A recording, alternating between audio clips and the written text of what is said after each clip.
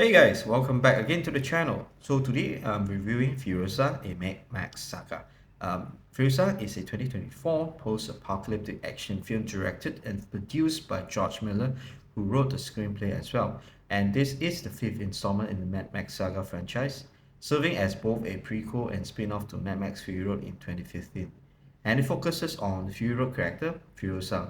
Now the film stars Anya-Taylor-Joy in the lead role, alongside Chris Hemsworth and Tom Bird. The story of itself is set 15 to 20 years before the events of Fury Road in a desert wasteland where warlords fight over the sources of water, food, weapons, and gasoline. Now, Furiosa traces to the young title character's life from her kidnapping by the forces of Warlord Dementors, which is the villain of the show, played by Chris Hemsworth, to her revenge on the Warlord for the loss of her mother.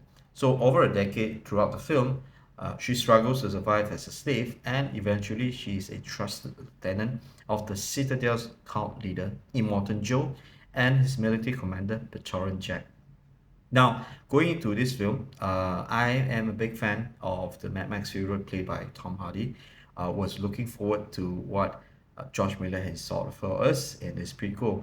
Although I have not actually watched the Mad Max franchise played by Mel Gibson in the previous years, so even though that, I am very much excited to see the prequel how it would turns out to be.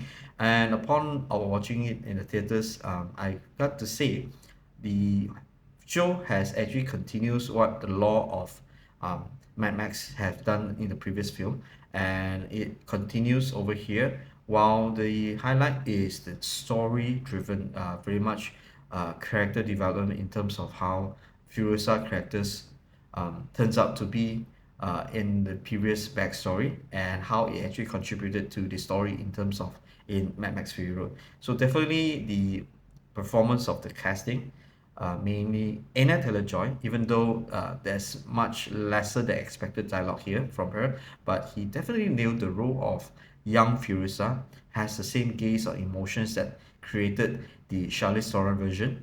And not only that, I think Chris Hemsworth really did a pretty good villain here because as you all could agree with me that we've seen much of Chris Hemsworth work in the Avengers series, which is the Thor character. But here we have a much more fresher approach in seeing him playing something that is very much funny at times and at the same time a ruthless villain, I can say, in this film. So very much kudos to both in terms of Anna Taylor-Joy and Chris Hemsworth. A very effective um, dynamic duo in terms of the film goes. Not only that, the production design, what George Miller did here was enhancing on the world building we see in Mad Max Europe into a much bigger world of the wasteland. So not only you see Citadel, but I think it will be much more impressive to see other towns or cities that is also important to the wasteland settings in the production design. So pretty much a much more bigger role here in terms of the world building in the wasteland settings. Not only that, the production design, the musical score are pretty much continues what the excitement of Mad Max Fury Road. And highlight would be the action sequences that George Miller has always best in doing. Here we get to see also a lot more car chases, very high octane and adrenaline rush version of car chase sequences involving much more wide range of vehicles. Um, Not only bikes, you have a lot of bigger trucks and a lot more action sequence involving the car chase. So definitely something that is exciting to look into.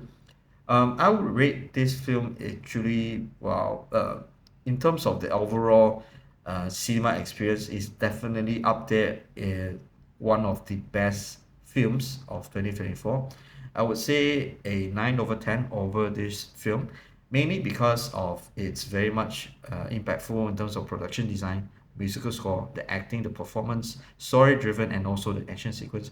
There are some drawbacks in terms of the film where I think would be the pacing of the film. So you audience will might see that there is some part that is draggy at times. I thought it could have been a 2 hours and 15 minutes film rather than a 2 hours and a half film. So definitely much more things that can be done in terms of making the film much more impactful and compact, where there's much more things that is being shown in a 2 hours 15 film. But yeah, other than that, I think the show pretty much nailed it in terms of a very much good produced and directed prequel coming from George Miller into the Mad Max entire franchise. Definitely recommend it to be watched in the biggest screen possible. I watched it in IMAX, and it's a very good cinema experience. So definitely check this out. Recommend it to watch, and I'll check up you guys again in the video next in the future. Well, until then, take care now. Bye bye then. I'll check with you guys soon.